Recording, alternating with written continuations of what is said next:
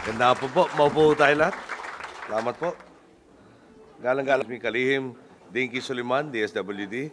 Kalihim Brother Armin Luistro ng DepEd. Kalihim Enrique Ona ng Department of Health.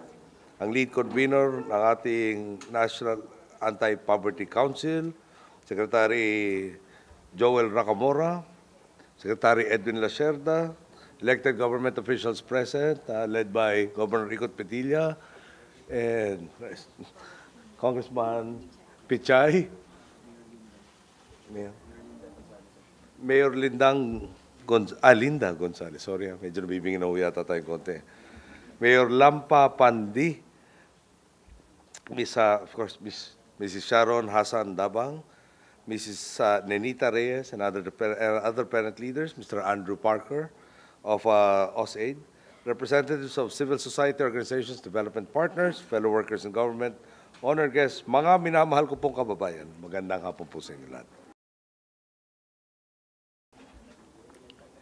Yung kanina po nangako sa akin na dito sa pinangako na hindi mabibigo yung ating inaasahan sa mga miyembro ng ating Pantawid Pamilyang Programa. Aasahan ko po talaga yan. Doon na lang po ako sa pag-ibig na mabibigo. Dito sana, huwag tayo mabigo.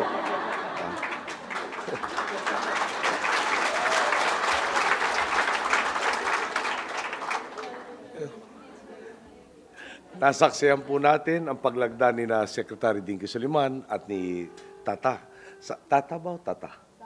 Tata. Dahan-dahan. Tata. Sa kanyang oath of commitment. Si Secretary Dinky na di matawaran ang katapatan ay katagal nang naglilingkod po sa gobyerno.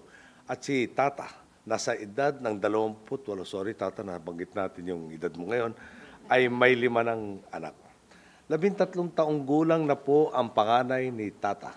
Ang ibig sabihin, 15 taong gulang pa lang po si Tata, nagluwal na siya ng sanggol at 13 taon na po niyang pinipilit pagkasyahin ang anumang kapiranggot nakita nila ng kanyang asawa para matustusan ang kanilang pang-araw-araw na gastusin.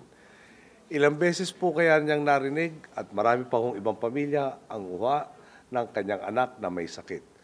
Ngunit napilitang magpatahan gamit ng kanta dahil walang pambili ng gamot. Ilang beses kaya siyang hiningan ng pambili ng lapis o papel at wala siyang may sagot kundi pasensya na muna anak.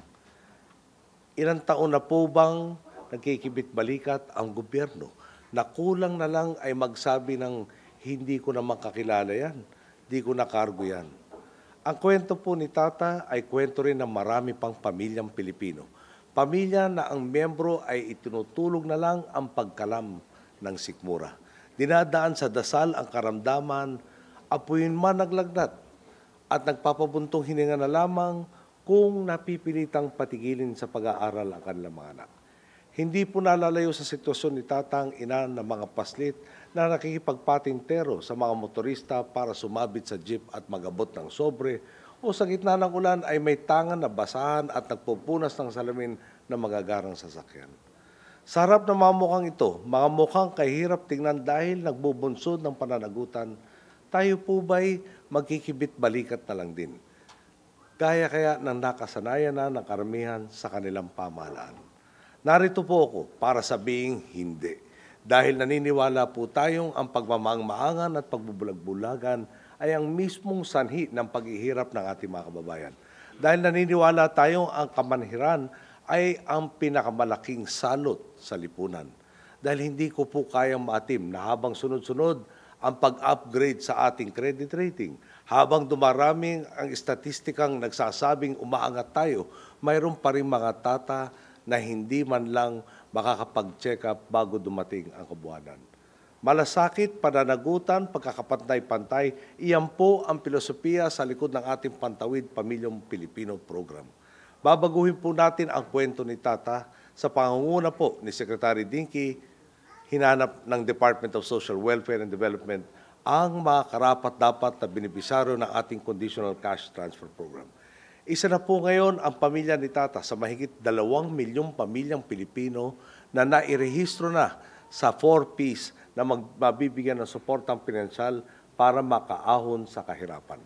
Ang pamilya po ni Tata ang naitalang ika-2 milyong pamilyang benepisyaryo ng CCT. At sa Setyembre ay magsisimula na siyang makatanggap ng cash grants mula sa programa. Mantakin po ninyo, kung napako lang tayo sa 1 milyong benepisyaryo ng CCT tulad noong 2009, hindi sana umabot si Tata sa listahan. Kung nagpatalo po tayo sa mga kontra, saan po kukuha ng lakas na mangarap ang mga katulad po ni Tata? Ulitin ko lang po, hindi tayo nagpapaliwan sa programang ito. Hindi ito tulad ng game show kung saan depende sa mood ng host. Basta-basta na lang tayo magpapakawala ng pera, lalo na po ngayon, pera po ng bayan to. Hindi tayo namimigay ng pera. Namumuhunan tayo sa kinabukasan ng Pilipino. Kapalit ng tulong mula sa kaban ng bayan, kailangan ni Tata magpa-check up kung buntis. Kailangan niyang papasukin sa paaralan ang mga anak. Kailangan niyang pabakunahan ang kanyang sanggol sa madaling sabi, ipinupuna natin ang perang ito. 22 bilyong piso, parang 23 bilyong piso na po ito sa taong ito na patataasin pa sa susunod na taon para mas makasakop na mas maraming benepisyaryo. Upang sa paglaon ay magbunga ng isang bayang malusog, may pinag-aralan at may kakayahang umasenso. At hanggat marami pa rin ang hindi makapag-aral ang mga anak, hanggat hindi naagnas ang linyang naghahati sa makasarian sa lipunan, hanggat hindi napapababa ang bilang ng mga sanggol na hindi nasisilayan ang buhay sa labas ng sinapupunan, hanggat marami pa rin ang mga inang namamatay sa panganganak, hindi tayo titigil sa pagsagip sa makagaya po ni Binibining Tata, ay Ginang Tata. Hindi po natin pinapajackpot ang mga benepisyaryo nito. Sa halip, pinakikintal natin sa kanila ang halaga ng disiplina at pagkakaisa ng mamayan at pamahalaan. Disiplinang gamitin ang pera sa wastong paraan at buhayin ang diwa ng bayanihan kung saan inaalalayan natin ang nangangailangan. Binibigyan kayo ng CCT ng ticket para makasama sa pag-arangkada ng ating ekonomiya na sa bawat numerong indikasyon ng pagunlad, katumbas ito ng maraming bilang ng trabaho na makakapagtapos ng pag-aaral at makakapagpagamot sa ospital. Salamat po sa mga benepisyaryo natin na tinutupad ang ating kasunduan sa CCT.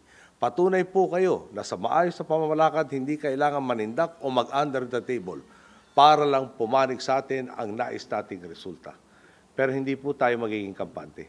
Sapagkat sa tala ng DSWD, 9 sa bawat 10 benepisyaryo ng CCT ang nakakatupad sa mga kondisyon ng programa. Ibig sabihin, may isa pa rin sa kanila. Binigyan mo na nga ng salbabida, ayaw pa rin magpasalba. At kapag nagpatuloy ito, hindi lang pondo ang nasasayang, kundi pati ang pagkakataon na naibigay sana sa ibang potensyal na benepisyaryo. Kaya namang ngayong araw, bahagi ng pagdiriwang natin ang pagtibayin pa ang ating kasunduan. Sa pamamagitan ng panunumpa natin sa isa't isa na hindi tayo lalabag sa patakaran at hindi tayo manlalamang. Patuloy naman pong tutumbasan ng ating gobyerno ang inyong katapatan. Patuloy pang pinapatatag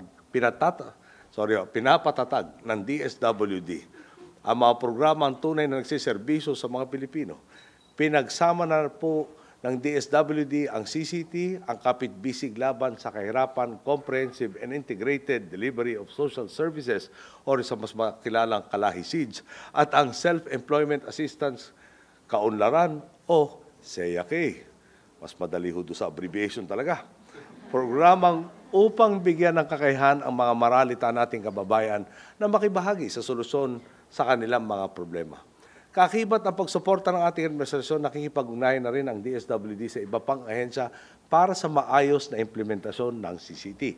Nariyan po ang Department of Health para siguruhin ang basic obstetric care, post and prenatal at ang pagkakaroon ng sapat na midwives sa mga lugar na sakop ng CCT.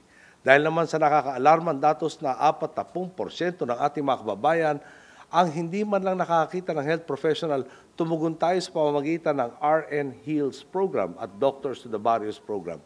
Mahigit 80 doktor na po ang naglilingkod sa mga pook na sa loob ng mahabang panahon ay umaasa lamang sa bisa ng hilot, pagtatapan ng pinakulong dahon at pagmuya ng mga halamang gamot.